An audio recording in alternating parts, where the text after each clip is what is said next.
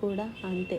తొందర పడటం వల్ల మన దృష్టిలో అయిపోయింది, టైం అయిపోయింది, లేక ఆలస్యం అయిపోయింది అనుకుంటావేమో కానీ తగిన సమయంలో సమస్తము మన ప్రభువు చక్కగా చేస్తాడు. మీ బిడ్డల వివాహాల విషయాల్లో కానీ, మీరు ఇల్లు కట్టుకునే విషయాల్లో కానీ తొందరపాటు నిర్ణయాలు చేయకండి. ఈ యొక్క షల్లోము మీద పడి మెనహేము అతన్ని చంపేసి ఇతడు రాజయ్యాడు. 13వ వచనం చదివాం కదా నిన్న.